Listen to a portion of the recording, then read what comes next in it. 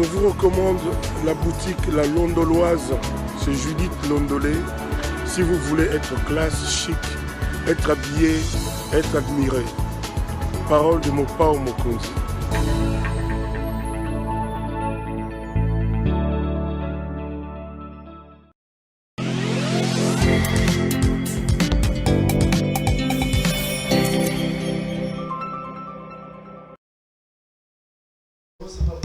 Madame, Messieurs, bonjour et bienvenue à ce nouveau numéro de l'émission Contre nous soit dit, magazine d'analyse d'actualité politique, sociale, économique et même juridique qu'on a lancé ici chez nous à CPL Télévision. Des questions importantes qui retiennent l'actualité dans plusieurs domaines sont mises sur la table.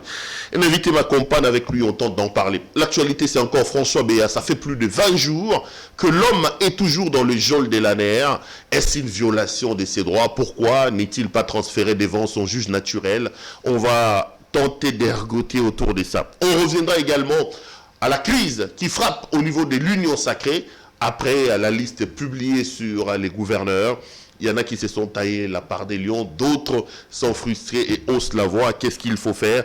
À la Commission électorale nationale indépendante, il commence de plus en plus à être clair qu'on n'aura pas des élections en 2023. Kazadi et Kadima jouent un jeu de ping-pong sur la place publique. Plusieurs autres questions seront donc à la une de cette émission. Un habitué de nos plateaux, de nos shows, et donc l'invité de cette émission, M. Thierry Mosenepo. Monsieur Mosenepo, bonjour. Bonjour, monsieur Loire. Merci d'avoir accepté notre invitation. Je ne sais pas si on s'est déjà vu depuis cette année. Meilleurs vœux, bonne année. Merci. Est-ce qu'on a déjà fait l'émission? On n'en finit pas. Merci carrément. Président de la Ligue des jeunes de la Convention des Congolais Unis, parti cher à Lambert Mende. Comment il va, monsieur Mende? Très bien.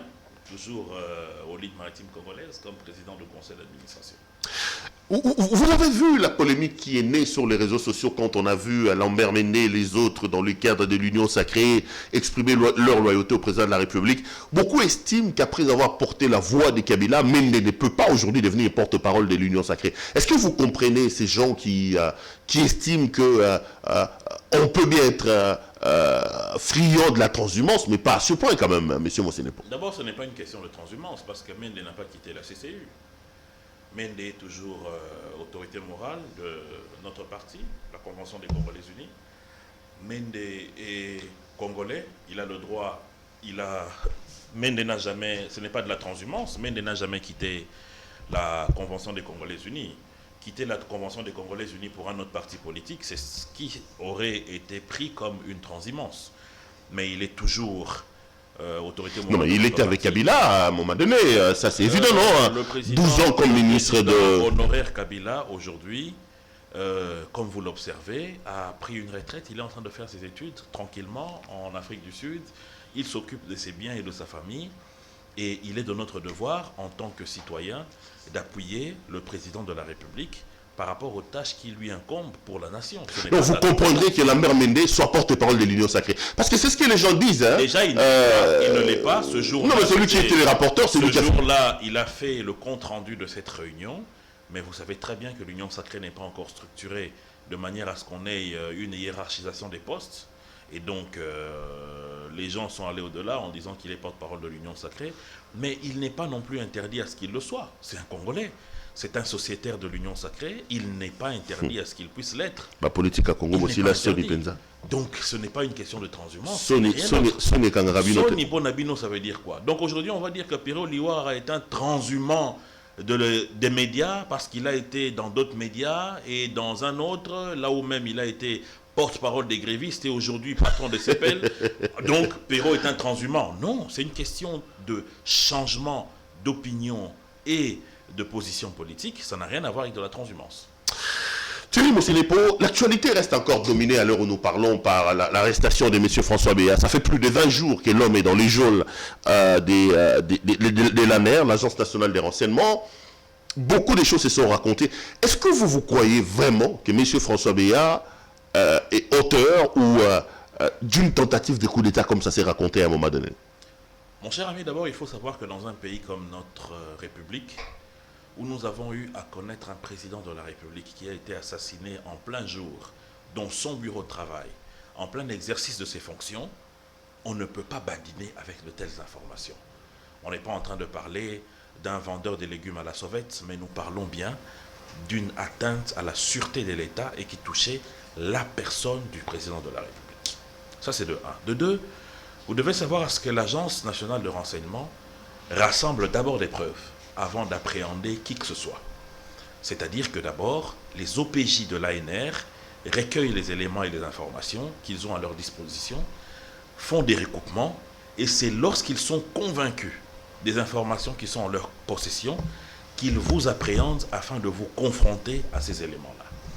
Donc, nous avons tous suivi le porte-parole du président de la République, qui est le service tutelle du conseiller spécial en charge de sécurité du président de la République. Et le porte-parole a clairement dit qu'il s'agissait des questions de graves atteintes à la sûreté de l'État. Mais on ne peut pas blaguer avec.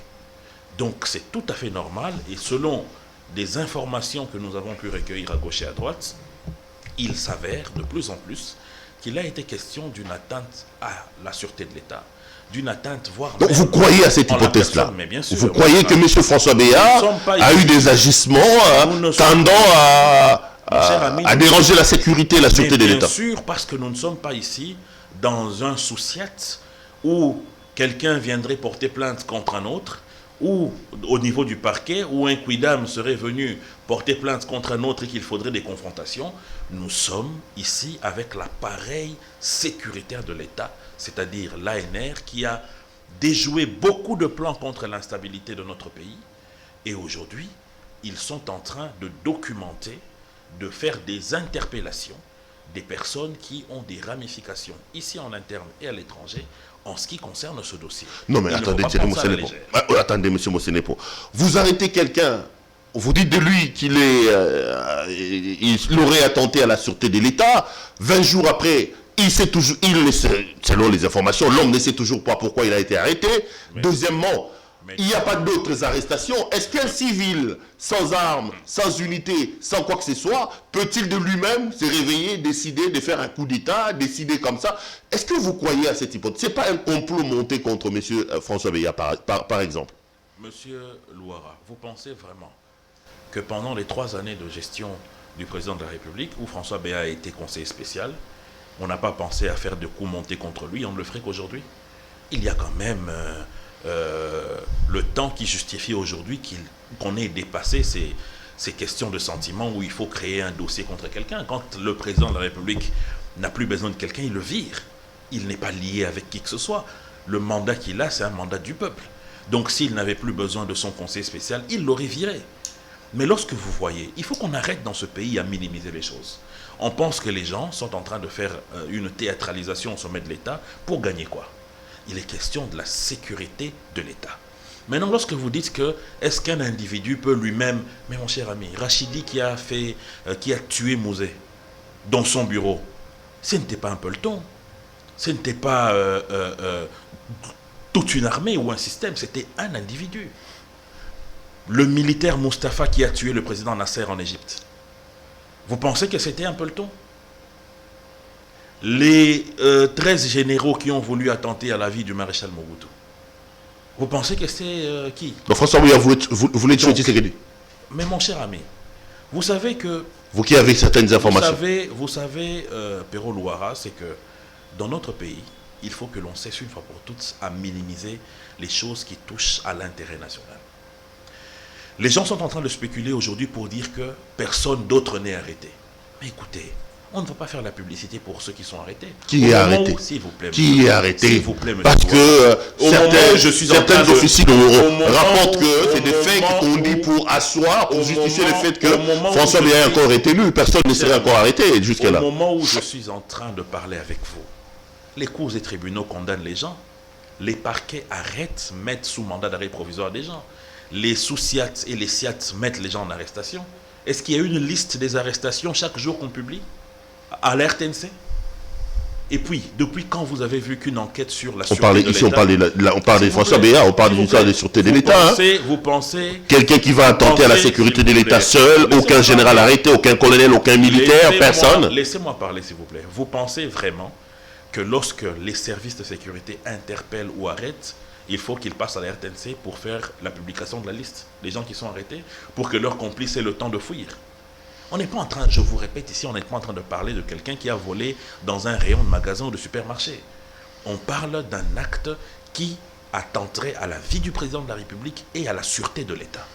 On ne peut pas se permettre d'en faire de la publicité. Ah, ça c'est une information que tu nous donnes. Hein. Donc François Béat voulait attenter à la vie du président de la République. Mais mon cher ami, donc les informations à votre disposition. Est-ce que vous avez suivi le porte-parole du président de la République ou pas? Lorsqu'il dit que c'est des indices graves sur la sûreté de l'État, qui est le premier citoyen? Non, mais vous ajoutez à attenter à la vie du président.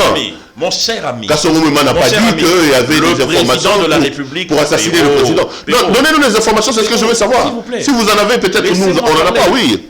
Je vais vous dire que la première institution de notre pays, c'est le président de la République. C'est une institution. Lorsque l'on veut faire atteinte à ce pays, qui est le premier visé? Mais il ne faut même pas spéculer sur ça. Je n'ai même pas besoin de vous confirmer ça. Il en va de soi. Lorsqu'on fait un coup d'État au Burkina Faso, s'il vous plaît, Doumbouya est président. Quand on fait un coup d'État au Burkina Faso, quand on fait un coup d'État au Mali, on l'a pas tué. Fait un coup d'État au Tchad, est-ce qu'on tue les bourgmestres? Ou on tue les chefs de quartier? Ils ne sont pas morts, hein, tous ces présidents-là. On attaque le président de la République. Ils ne sont pas morts, tous ces présidents-là. Mais attendez, mon cher. Au Burkina... Mais lorsque vous voyez le président de Burkina Faso, aujourd'hui, Roch-Marc Christian Kaboré, qui est limité même dans ses mouvements de liberté, c'est une atteinte. C'est une atteinte à la liberté. Et il ne faut pas dire que parce qu'il n'est pas mort que l'on puisse trouver cela normal. Donc, l'exception serait qu'on dépose un chef d'État et la règle serait qu'on les tue. Mais ça n'a pas de sens, mon cher ami. Ça n'a pas de sens. Donc, nous, un pays blessé par un président tué en fonction, nous ne pouvons pas blaguer avec ce genre de choses. Et il ne faut pas s'attendre à ce qu'on vous déroule une liste que M. Perrault Louara a été arrêté hier à 19h parce que complice. Non, ça ne se fait pas comme ça. Lorsque le dossier sera transmis en justice et qu'il y aura un jugement, en ce moment-là, vous saurez l'ampleur de la cabale. Donc vous confirmez pour vous le nombre des qu'il ne s'agissait pas d'un complot. M. Béat se serait trompé dans des dossiers liés à la sûreté de l'État et même d'attaque à la vie du président de la République. Mais bien sûr, mon cher ami, je vous le confirme. Ah ben, ça c'est quand même des informations. Je vous le confirme. Mais ceux qui évoquent le climat des conflits autour du président, il y en a même qui dans les réseaux sociaux disent que la présidence est une sorte de la cour du roi Péto aujourd'hui. Il y a une sorte de pétaudière à cause de tout ce qu'il y a là-bas comme désordre, comme problème. On évoque des relations conflictuelles entre Béat et Bisselele pour justifier le fait que ce serait un coup. Est-ce qu'on ne peut pas aussi aller voir dans ce domaine-là? Est-ce que Béat ne paye-t-il pas le désordre qui est autour de la présidence de la République? D'abord, il n'y a pas de désordre autour du président de la République, mon frère. Il faut éviter de ramasser ce que les gens écrivent dans les réseaux sociaux et en faire une réalité. Quel désordre il y a? On pose des questions. Il y a un directeur de cabinet qui fonctionne avec des conseillers principaux et des conseillers. Qui se battent de temps en temps, tu as appris. Mon cher ami, où est-ce que vous avez vu des images d'un combat? Où est-ce que vous avez vu une instruction judiciaire qui concerne des coups de poing? Parce que donner des coups de poing à quelqu'un, des coups et blessures... Ah, vous n'avez pas vu Julien Chimanga en train de donner des coups là-bas? Où? À la présidence. Non, mais il est conseiller président de la République. Hein? À la présidence. Il est conseiller du président de la République. Mais mon cher ami, il ne faut pas lier un fait privé avec le fonctionnement de la présidence de la République. Nous avons vu ici des ministres de gouvernement faire des actes sexuels et pornographiques. On n'a pas dit que c'est le gouvernement qui a fait ça. On a interpellé là, au moins, ils ont été suspendus. Hein? Ça, c'est du gouvernement. Parce qu'il y avait des preuves, ce n'était pas des vues de l'esprit. Ici, on a des images des gens qui se battent. Ça fait plusieurs jours. Ils se battent où, mon frère? Où? Est-ce que vous avez vu des images de combat à la présidence? Il ne faut pas spéculer, mon cher ami. Et puis, lorsque vous dites qu'il y a le conseiller spécial serait victime de conflits avec certains conseillers que vous avez cités, mon cher ami, citez-moi même dans une seule famille où il n'y a pas de conflit. Mais le conflit ne signifie pas que ça vous exonère des actes répréhensibles tels que aller pour attenter à la sûreté de l'État. Les conflits, ça existe partout, c'est inhérent à la nature humaine. Même au Vatican, il y a des conflits. Là où siège le vicaire du Fils de Dieu. Et vous allez venir me dire qu'à la présidence, ce ne sont que des saints qui y travaillent. C'est des humains, ils peuvent avoir des problèmes, ça existe. Mais cela ne peut pas donner raison à des atteintes à la sûreté de l'État. Je vous répète ici que le président de la République a la latitude de relaxer des fonctions un fonctionnaire dont il trouve qu'il a à redire sur son rendement. Il l'a fait avec plusieurs de ses autres collaborateurs qui ne sont plus en fonction aujourd'hui. Donc il n'a pas besoin à ce niveau-là de pouvoir laisser faire des petits conflits ou des petits scénarios pour mettre fin à la carrière d'un haut fonctionnaire. Et surtout que nous parlons du conseiller spécial du président en charge de sécurité. Nous ne parlons pas du bourgmestre d'une commune annexe, s'il vous plaît. Donc il faut prendre l'ampleur de la chose. Et qu'on arrête finalement. J'ai l'impression que la démocratie dans notre pays signifie qu'il faille, même pour des questions si importantes, que l'on vienne chaque jour, que l'ANER vienne faire le déroulé des événements pour permettre à ce que les complices puissent fuir. Pérou, nous sommes un pays qui a connu la mort d'un chef de l'État au sommet, en plein exercice de ses fonctions. On ne peut plus blaguer avec ces choses-là. Les gens ne devaient même pas spéculer et raconter ce qu'ils disent là, que comment l'ANER l'a gardé 20 jours. Mais, On va en parler d'ailleurs. Mais il faut être sérieux dans ce qu'on dit. Est-ce parce qu'il a voulu attenter à la vie du président de la République, comme vous le dites, qu'il doit voir ses droits être violés, comme ça s'est fait actuellement à l'ANER? Le droit a été violé. Non, mais l'ANER le garde depuis plus de 20 jours. On sait que l'ANER a des compétences des OPJ. En réalité, l'homme devait être transféré devant ce juge naturel pour être entendu, peut-être que pour une ouverture de procès. 2 éléments. Premièrement, on parle d'une affaire de sûreté de l'État. C'est-à-dire qu'il faut que l'ANER réunisse tous les éléments, confronte ce qu'ils ont comme éléments aux complices et découvre les ramifications qu'il y a en interne et en externe. Et deuxièmement, l'ANER, comme vous dites, est un OPJ, mais il y a eu la possibilité de rallonge de la garde à vue par le parquet. Vous êtes un homme de droit. En arrivant ici, je vous ai même vu en train de lire le Code bleu. Vous savez qu'il y a cette possibilité juridique qui permet à ce que l'ANER obtienne un rallonge de la garde à vue par le parquet. Donc il n'y a rien d'illégal. Il n'y a pas des atteintes quelconques. Au-delà de cela, vous avez suivi M. Kapiamba Georges, qui a été en contact non seulement avec l'interpellé, mais aussi avec ses avocats, et ses droits fondamentaux ne sont pas du tout remis en cause. Non, donc, mais il c'est proche se plaignent déjà, Thierry Ils se Monseigneur. plaignent de quoi? On lui donne à manger selon les humeurs à l'ANER, on l'empêche de voir son médecin quand on veut, on les laisse voir des gens selon la tête du client.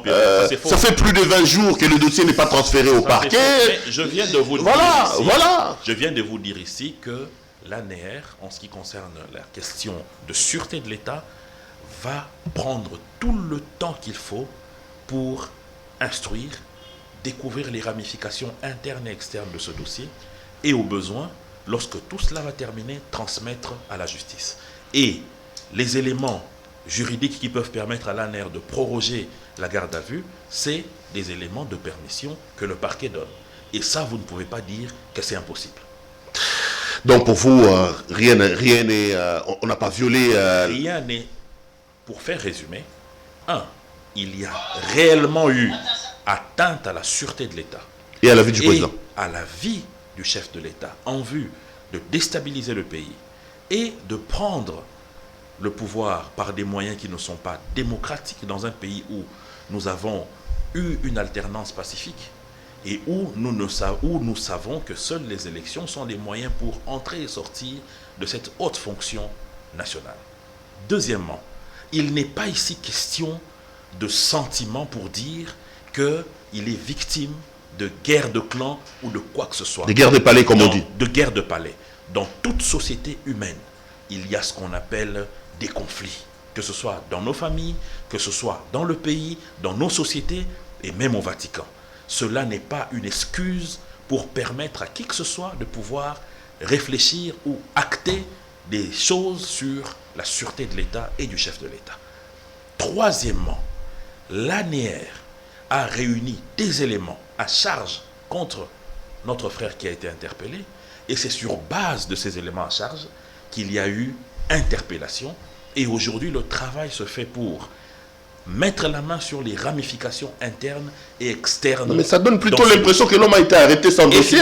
C'est maintenant qu'après son arrestation, on est en train de chercher à... Qu'est-ce que vous vouliez? Bassimawa. Monsieur Perrault, on n'est pas en train de parler d'un vendeur de mangue. d'un voleur de mangue ou d'un voleur d'orange, comme on appelle les voleurs des fruits, les maraudeurs. On ne parle pas d'un maraudeur, on parle d'une question de sûreté de l'État, Perrault, s'il vous plaît. Nous sommes, vous et moi, réveillés un matin ici, Mouzé a reçu une balle à la tête. N'eût été l'intégrité de notre armée, le pays allait partir en déliquescence. Et vous voulez vraiment blaguer avec ce genre de choses dans un pays comme le Congo. Mais moi, ça m'étonne. Qu'il y ait même des gens qui aient le courage de dire de ramener ça à une bassesse pour dire non, c'est une question de colère avec un conseiller. C'est quoi ça? On ne peut pas badiner. Nous, Congolais, nous n'avons pas le droit de blaguer avec ce genre de choses. Nous devons laisser à nos services de sécurité de faire le travail qu'ils sont en train de faire. Et si demain, les éléments parviennent à relaxer notre frère, tant mieux. Mais il faut que le travail soit bien fait pour que nous arrivions à savoir que nous pouvons dormir tranquille. Lorsque nous rentrons, toi et moi, Pierrot, pour dormir dans nos maisons, dans la quiétude, sache qu'il y a des hommes et des femmes qui ne dorment pas, qui circulent nos rues, qui recueillent des informations pour nous protéger, pour mettre la main contre tous ceux qui veulent déstabiliser le pays. Donc vous croyez encore au service de l'ANER? L'ANER fait correctement son travail selon vous? Je n'ai pas besoin de croire, mais l'évidence est là parce que toi et moi, nous nous réveillons le matin, nous mangeons, nous circulons en toute liberté, en toute quiétude. Ça signifie qu'il y a un travail qui est fait, mon cher ami. Thierry Mosenepo, dans un pays où on veut attenter à la vie du président de la République, comme vous dites là, on veut attenter à la sûreté de l'État, vous levez le couvre-feu, on voit les présidents en train de rouler dans une sorte de tricycle capot décapotable, on voit... Oh, attendez, tout porte à croire que les éléments à notre présence démontrent effectivement qu'on est en droit de se poser des questions sur la véracité de ce que vous rapportez, non, monsieur Mosenepo? Mon cher ami. On ne voit pas l'armée en alerte, hein? On ne voit pas le renforcement des sécurités à l'aéroport, dans les gares. On voit les présidents se promener en tricycle décapotable. On lève même les couvre-feux. Mais vous, en avocat de l'ANER, vous venez, vous nous dites, ça va. Je vais vous faire une révélation. Vous savez que depuis toutes ces années, nos services de sécurité, que ce soit au niveau de l'ANR, que ce soit au niveau du DEMIAP, que ce soit au niveau des renseignements de la police, se sont réellement modernisés. Et aujourd'hui, toute cette force sécuritaire est non apparente. Donc nous ne sommes plus à l'époque où vous allez voir des paracommandos nichés sur des cimes des arbres ou des gens en train de ramper sur la pelouse pour croire qu'il y a la sécurité. Je peux vous dire que si vous osez, vous allez comprendre qu'il y a vraiment une sécurité dans ce pays. Et c'est non apparent et c'est ça la vraie sécurité. Ne blaguez pas. Quand vous partez là, vous partez, vous amusez, boire, vous espérez qu'il n'y a pas de sécurité. Mais vous rêvez. Nos services de sécurité se sont modernisés, ils se sont adaptés au challenge d'insécurité des temps modernes aujourd'hui. Donc ne pensez plus à voir ce que vous voyez quand vous et moi nous étions jeunes, avec des chars chaque coin de rue. Ça n'existe plus. Aujourd'hui, ces choses se font, mais ça ne se voit pas pour permettre au peuple de garder... Donc on lève le couvre-feu, qu'on voit les présidents en train de circuler en décapotable, mais même si on alors qu'on veut attenter à sa vie, alors qu'on veut attenter à la sûreté de l'État. Ce n'est pas puisque l'on veut attenter à la vie du président que cela l'empêcherait de circuler. Il est libre de ses mouvements.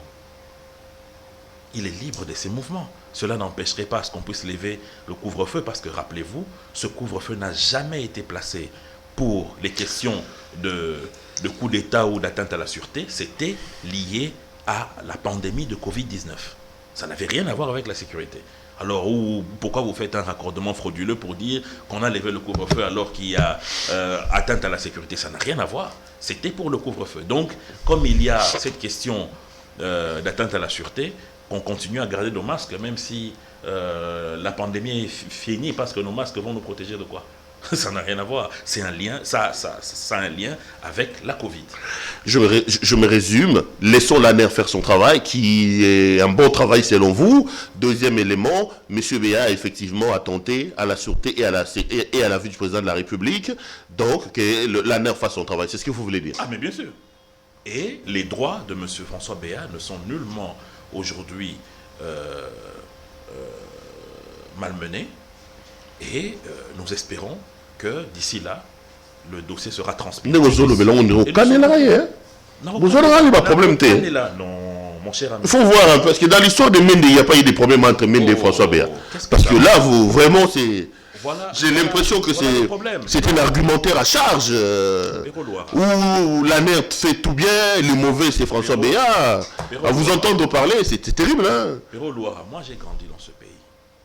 J'ai mes enfants dans ce pays. Je me suis marié dans ce pays. Je vieillirai et je mourrai dans ce pays si Dieu me prête vie.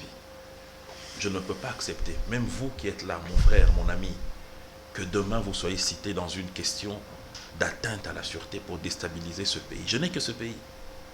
Ce jour-là, notre amitié va cesser. Ça, je vous le dis. Pour la simple raison que je n'ai nulle part autre où aller. Donc, si tu veux devenir pyromane pour ce pays, on ne va pas s'entendre. Donc, François Béat, c'est un pyromane.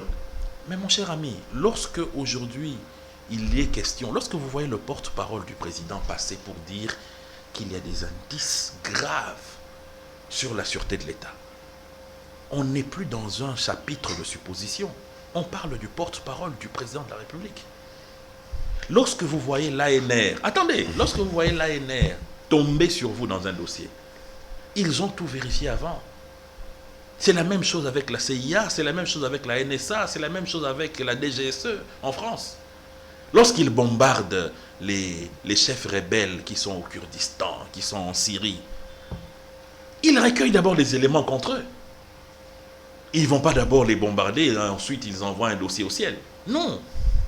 Les services de sécurité fonctionnent de manière différente. C'est comme ça que je répète ici qu'on n'est pas en train de parler des voleurs à la sauvette. On parle d'une question d'atteinte à la sûreté de l'État, mon cher ami. Qu'on arrête de badiner. Madame, monsieur, vous suivez l'émission Contre nous, ça dit. Notre invité du jour, c'est donc monsieur Thierry Bosenepo. Avec lui, on fait la lecture de l'actualité politique ici, en République démocratique du Congo. Allez, on va aller en politique. On quitte un peu la sphère de la sécurité pour parler politique.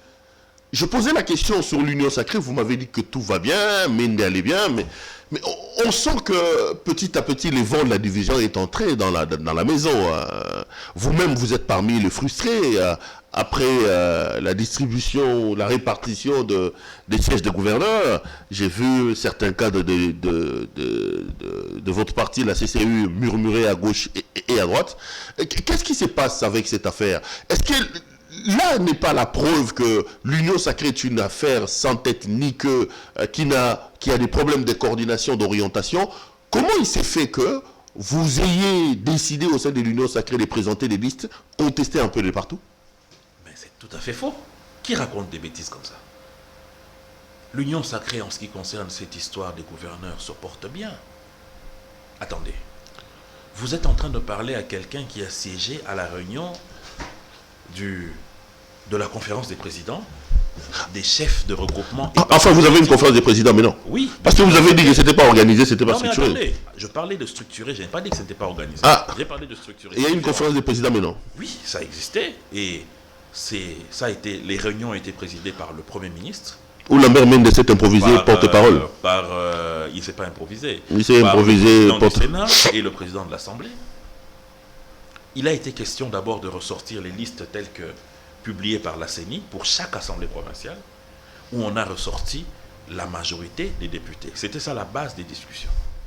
Il fallait ressortir la majorité au niveau de chaque province, de chaque assemblée provinciale. Ce qui fait que le tableau qui a été établi, c'était au regard des résultats.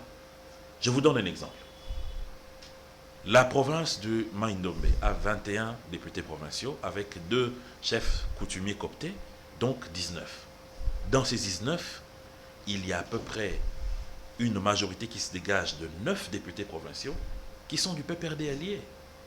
C'est tout à fait normal que le candidat qui puisse être présenté aux députés provinciaux puisse venir de cette famille politique. Ah, c'était ça la condition. C'était ça la logique. Donc la majorité là où il y a la majorité, c'est ce parti ou ce regroupement ou cette alliance qui détermine le candidat que l'Union sacrée va défendre. Ce n'est que ça. Ça m'étonne aujourd'hui de trouver dans la presse les gens dire l'AFDC s'est tapé 6, l'UDPS s'est tapé 8, sur base de quoi? Non mais l'UDPS a 5 représentants, alors que l'UDPS n'a pas à part dans le Kassa, et l'UDPS n'a la majorité nulle part. Dans une ville comme Kinshasa, où l'UDPS a à peu près 8 députés provinciaux, aucun autre parti n'a une telle majorité.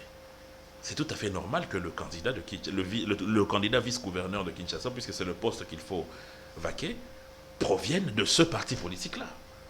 C'était ça le débat. Pour aller plus loin, l'Union sacrée a décidé à ce qu'il y ait des missions de sondage pour vérifier si les résultats de 2018, au lendemain des élections, continuaient à valoir aujourd'hui. Et moi, ton frère, j'ai fait partie de la mission pour le Maïndombe, moi et M. Jean-Marie Elessé. On a envoyé 2 personnes du bureau politique au niveau de chaque province, un originaire et un non originaire. Nous avons questionné et sondé les députés provinciaux. Et nous avons rapporté un rapport ici qui confirme pratiquement les résultats qui ont été publiés par la CENI en 2018. Et c'est sur base de ça qu'il y a une sous-commission aujourd'hui qui travaille pour déterminer les candidatures de l'Union sacrée. Alors, d'où viennent ces listes où on donne à l'AFDC 6, ou à l'UDPS 5, à la CCU 8 et ainsi de suite. Donc les listes ne sont pas encore confectionnées, c'est ce que vous voulez dire? Non, mon cher ami. Donc l'Union sacrée n'a pas encore publié ces listes? Non, c'est maintenant qu'on est en train de faire la compilation des rapports des missionnaires. C'est maintenant. Et les deux éléments de travail qui sont sur la table de la conférence de présidents, c'est les résultats de 2018 et ces rapports des missionnaires. Alors, je ne vois pas d'où vient tous ces débats. Les gens spéculent pour rien, encore une fois, inventent des réseaux sociaux. La réalité est autre. Donc vous ne comprenez par exemple pas la déclaration politique de la mosaïque PPRD au sein de l'Union sacrée? Mon cher ami, je vais croire en cette déclaration si je voyais un document signé. Si, j'ai un document signé. Si vous avez un document signé. Jean-Charles Okoto signe comme coordonnateur. Si vous avez un document signé, alors il faudrait que la conférence des présidents pose la question d'où viennent ces appréhensions pour PPRD et alliés, pour qu'on puisse comprendre d'où ça vient. Non, mais parce qu'ils disent qu'ils ont vu la liste qui a été publiée, et cette liste-là, il n'y a pas eu de débat au sein, à l'interne. Ils appellent le président de la République à jouer aux arbitrages. Cher ami, nous, CCU, nous sommes un parti sérieux. Nous attendons à ce que tout sur quoi nous allons nous prononcer soit officiel. Nous n'allons pas ramasser une publication dans les réseaux sociaux. Mais qui va officialiser ça? Parce que l'Union sacrée n'a pas de tête. L'Union sacrée. Qui signera ça? Qui engage l'Union sacrée? Quand je viens de vous dire qui engage l'Union sacrée? Je vous dis qu'il y a la conférence des présidents. Quand je viens de vous dire ici... Organe informel. Informel par rapport à quoi? Parce que toute organisation privée, il y a une loi des partis. Lorsque les gens s'entendent, ils créent une loi. Ce n'est plus informel. Et les gens se sont entendus, les présidents des regroupements et des partis politiques, que ça sera ça notre organe en attendant de structurer. Et c'est ce qui est en train de fonctionner. Lorsque je vous dis ici que nous étions partis en mission, qui nous a envoyés? C'est cette conférence des présidents. Alors, nous, CCU, nous attendons que cette même conférence nous sorte la liste. Nous n'allons pas ramasser un papier qui est en train de se distribuer dans les réseaux sociaux et pondre un communiqué sur base de ça. Nous sommes tellement sérieux qu'on ne peut pas se prêter à ce genre de jeu. Donc il faut que tout le monde prenne son mal en patience. Mais arrête de spéculer. Ça n'a rien à voir. Donc la liste de l'Union sacrée n'est pas encore sortie? Non, je vous confirme qu'elle n'est pas encore sortie. Parce que nous avons travaillé sur les résultats de 2018 qui reprennent les majorités au niveau des assemblées provinciales. Et deuxièmement, il y a une sous-commission qui est en train de compiler les rapports des missionnaires qui sont descendus dans les 14 provinces à problème et les 3 qui viennent d'être ajoutés par le ministère de l'Intérieur vers la CENI, c'est-à-dire le Nord Ubangi, le Sankourou et le Lolaba. Donc ça nous fait, à peu près 17. Ah, les Lolaba, ils sont sur la liste des élections? Bien sûr. Donc Fifi Masuka va peut-être partir. Peut-être, ou peut-être être élu cette fois-ci. Ah ben cette information-là, je ne l'avais pas. Cette information-là de Lolaba, je ne l'avais pas. Donc on retient qu'il faut se calmer, il ne faut pas trop parler, on attend que la liste officielle... Il faut arrêter de suivre les réseaux sociaux. Non mais on va avoir élection de gouverneurs, mais est-ce qu'on aura élection en 2023, M. Mossenepo? Est-ce que vous y croyez encore? Mon cher ami, je pense que le président de la CENI a été un peu plus clair. C'est-à-dire qu'il y a des travaux qui doivent être réalisés rapidement, puisqu'écoutez, les élections, c'est un tout. Un tout qui prend en compte les moyens financiers qui doivent provenir du gouvernement. Deuxièmement, des textes et lois qui doivent accompagner les élections. Ça, c'est le rôle de l'Assemblée et du Sénat. Troisièmement, des forces de sécurité qui doivent accompagner les différents missionnaires de la CENI vers les formations et ainsi de suite. Et quatrièmement, la CENI elle-même pour l'organisation. De tous ces 4 composantes, la CENI dit que de son niveau, elle à son niveau, elle est prête. Elle a ce qu'il faut pour organiser les élections à temps. Et c'est d'ailleurs le souhait qu'a dit monsieur le président Kadima. Maintenant, il faut poser la question aux autres composantes. Le gouvernement, on lui a posé la question. Le Premier ministre a clairement dit qu'il y a déjà une somme qui a été dégagée au profit de la CENI d'à peu près 30 millions de dollars.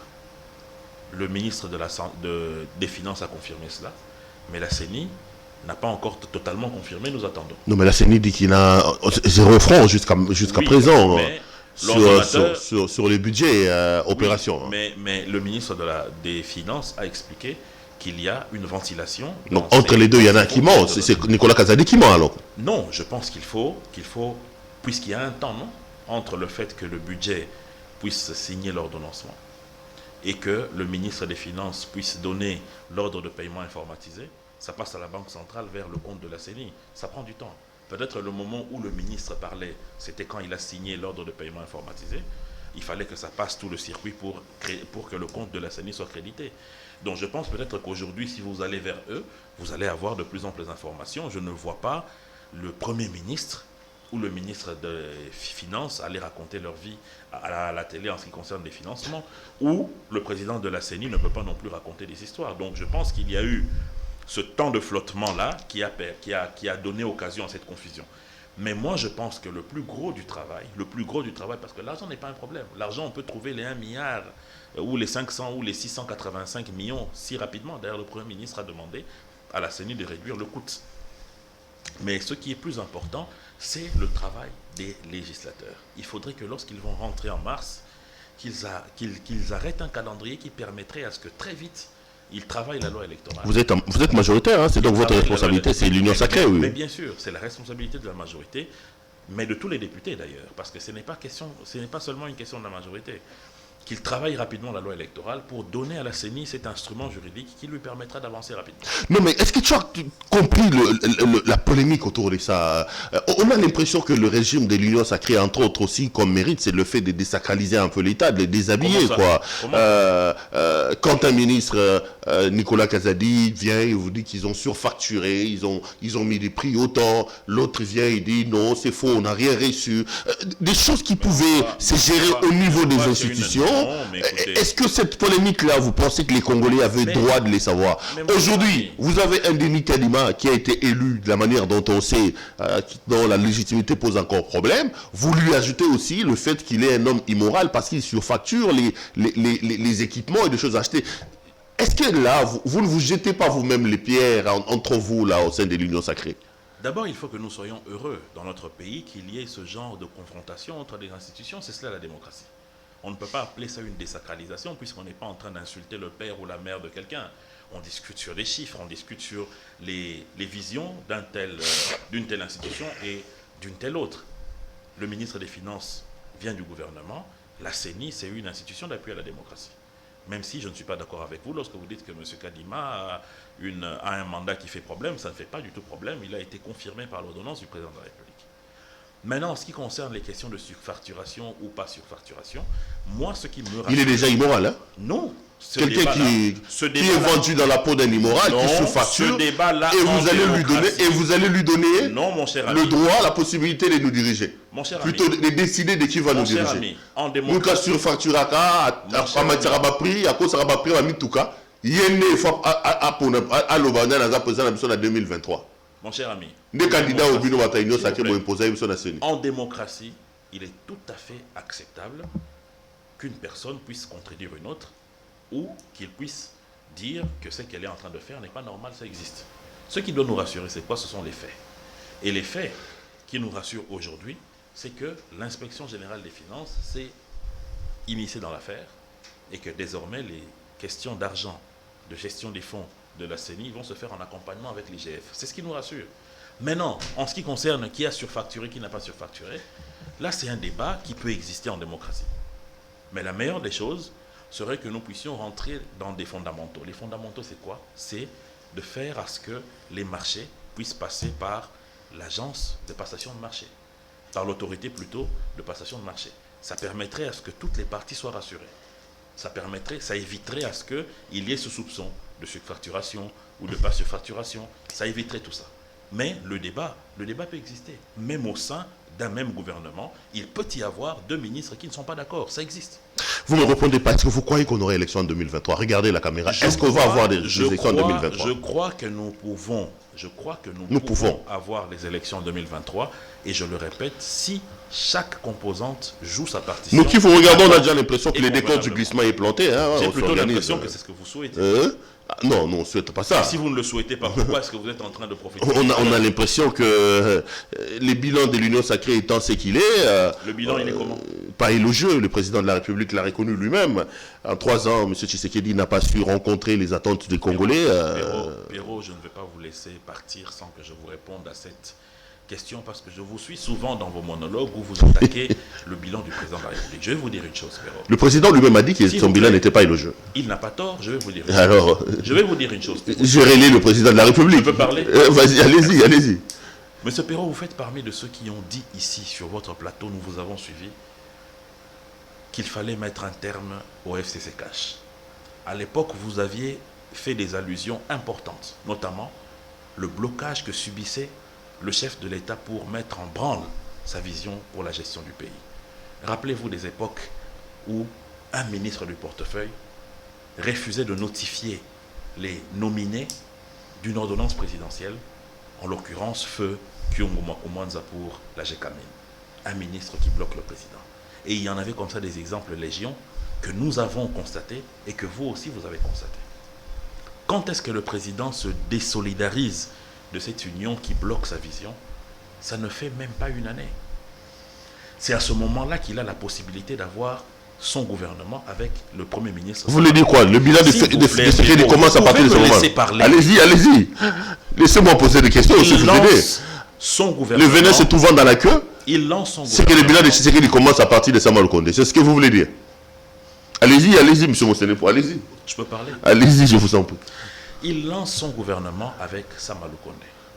Pour la première fois, le président Félix a un budget que Sama Lukonde présente à l'Assemblée et qui est publié le 31 décembre 2021 avec un montant de 10 milliards.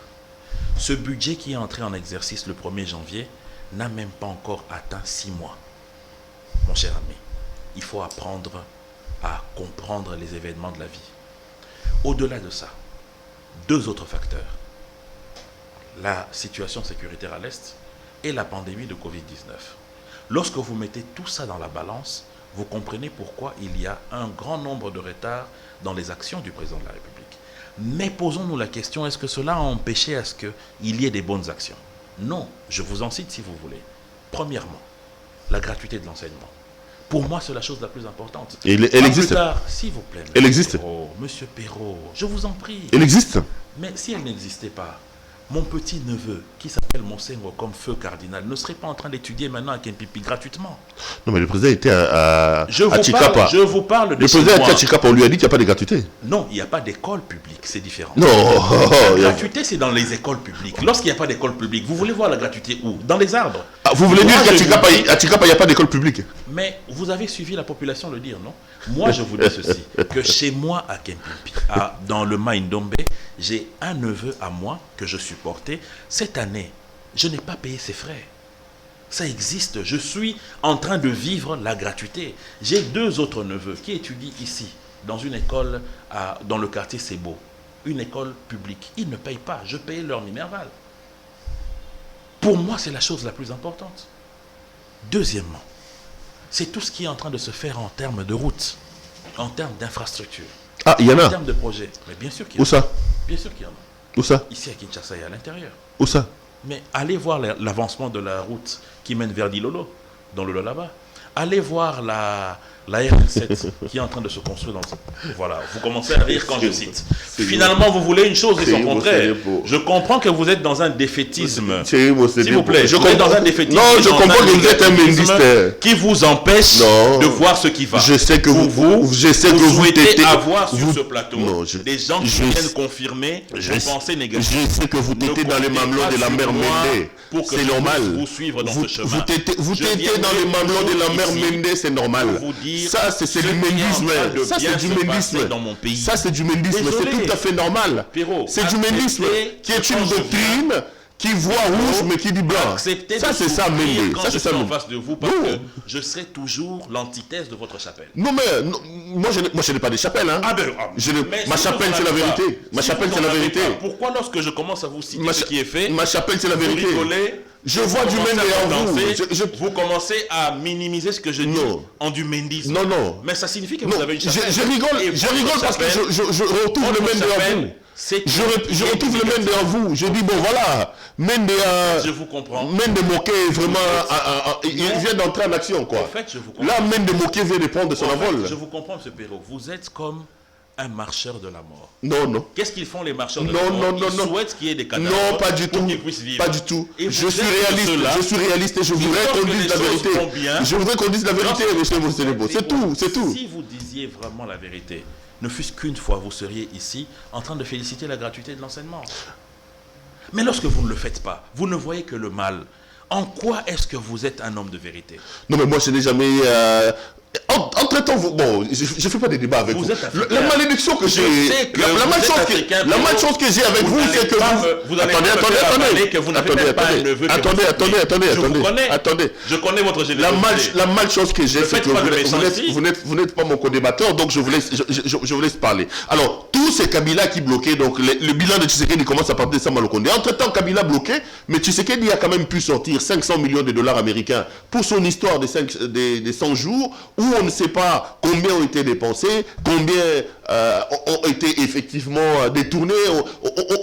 Entre-temps, Kabila bloqué, l'argent est quand même sorti. Attendez, c'est facile, Kabila bloqué, Kabila son bloqué. Histoire de 100 jours, c'était pas ce projet qui nous a donné les sauts de mouton. C'était 500 millions. Qui aujourd'hui allège les embouteillages. Monsieur Monsenebo, c'était 500 millions de dollars. Ce n'est pas... Je ne connais pas le montant. Oui, c'était aux alentours de 500 millions de dollars. Ce n'est pas il faut nous dire, il y avait plusieurs branches dans cette affaire-là des 100 jours. Je crois plutôt que vous voulez qu'on fasse un débat. Non, allez. Je vous explique que c'est grâce à ce projet qu'il y a eu des réalisations. Il y a eu des détournements, la justice s'en est pris à ceux qui l'ont fait, mais il y a eu des détournements. Mais Perrault, arrêtez, le public vous respecte beaucoup. Arrêtez de vous contredire. Devant ce micro, c'est vrai que ce n'était pas la même veste ni la même monture. À l'époque, vous aviez des montures Mont-Blanc. Mais vous n'étiez pas en train de dire ici que le président était bloqué, qu'il devait divorcer de son mariage honteux. Mais aujourd'hui, vous dites que ce n'est plus le cas. Comment est-ce que ce public qui vous respecte continuera à vous faire confiance? Moi, je vous fais confiance. Et je vous invite à entrer dans notre chapelle. Laquelle? Une chapelle qui vous permettra de voir aussi ce qui est bien fait. Laquelle de votre voir chapelle aussi ce qui est bien fait. De cesser de continuer à rester comme prêtre dans cette chapelle où on ne voit que le mal. Non, mais moi, je suis dans aucune chapelle. Je suis journaliste et je pose des questions, monsieur Thierry, monsieur Dépôt. Alors, j'en étais où d'ailleurs? Je suis en train de regarder. Bon, quand l'esprit Mende vous prend, généralement, ça a toujours été comme ça. Il faut quitter l'école de la mère Mende, apparemment. C'est pas une bonne école, cher frère. Il faut quitter l'école de la mère Mende. Il n'est pas ici avec nous. Il est là. Il est là. Son esprit est là. Il est là, un esprit. Il est là. La mère Mende est là. C'est ça. Quand il vient, il fait toujours... Thierry Monsenebo, vous êtes humain. Je sais que vous n'aimez pas trop Augustin Matata Pogno, mais quand même, sous le régime de l'Union sacrée, on l'a même empêché de prendre l'avion pour aller enterrer sa sœur à Lubumbashi. Humainement parlant, ça c'est des choses que vous ne pouvez quand même pas accepter, non? Ça n'a rien à voir avec le régime de l'Union sacrée. Je me rappelle qu'il y a eu ici des prisonniers dont les pieds ont été tordus, en l'occurrence de Maître Mouyambo, mais qui n'a pas pu aller se faire soigner.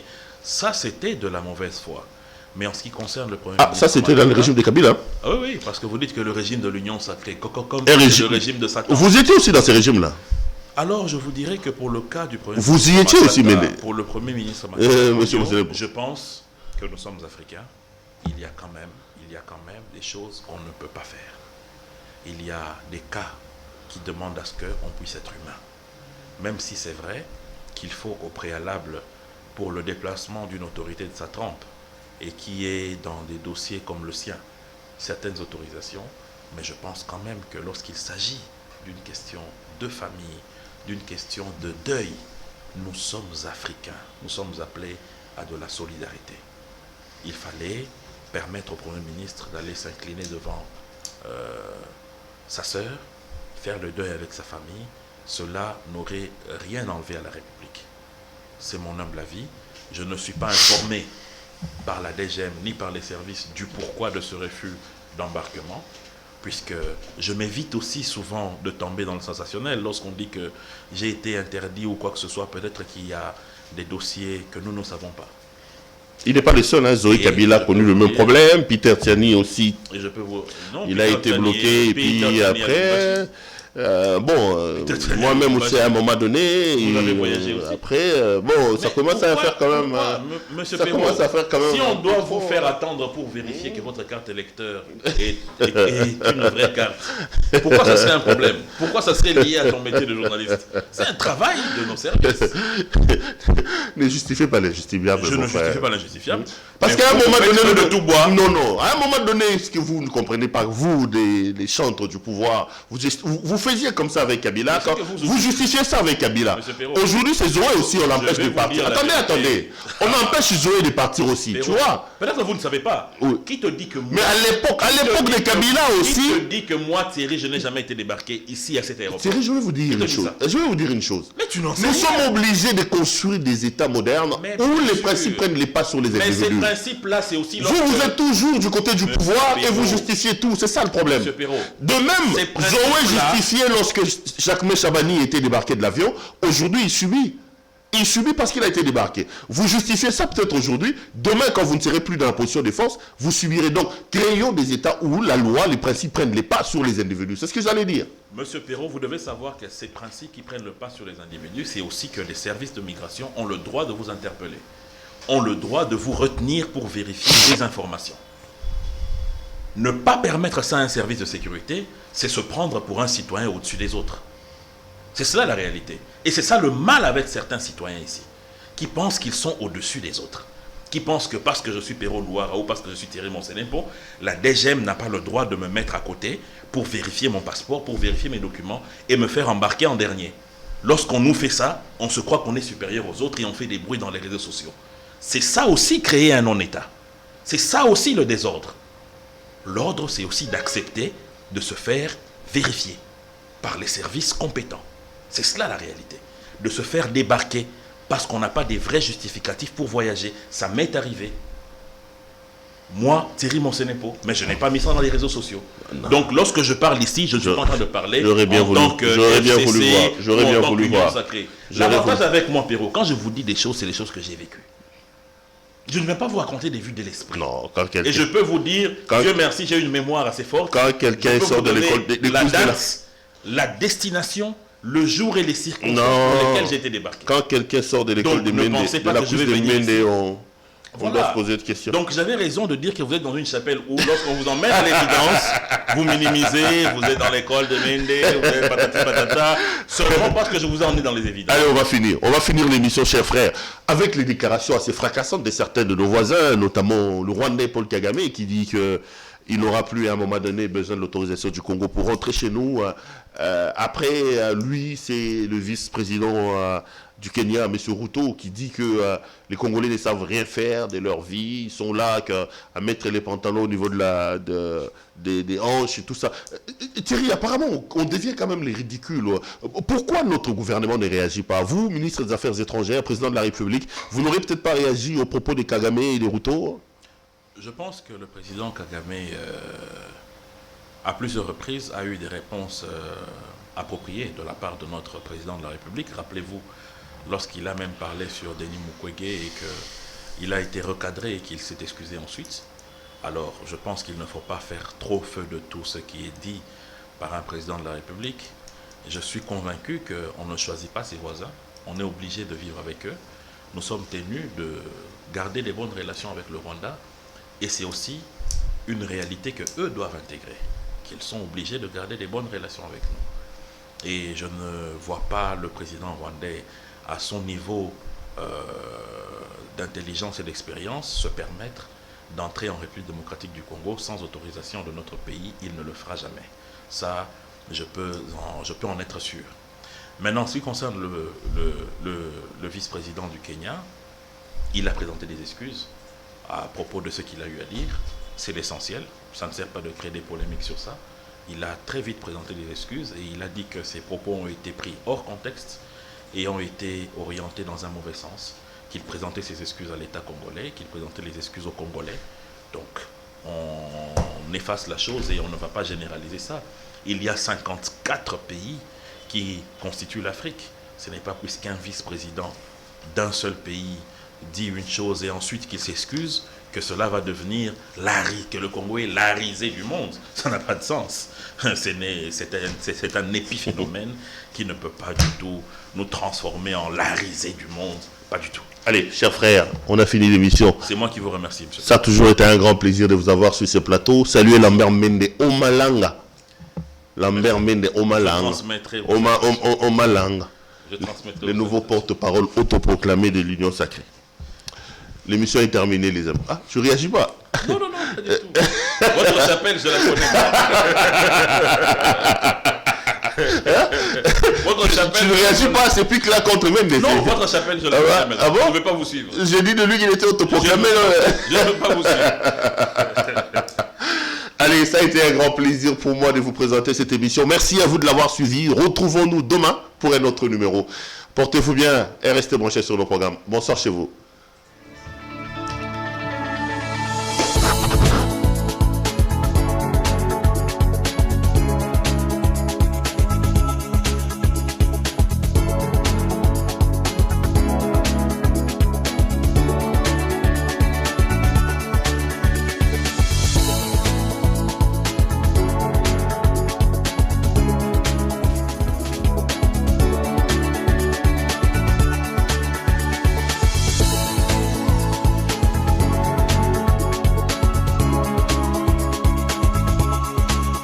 Je vous recommande la boutique La Londoloise, c'est Judith Londolé.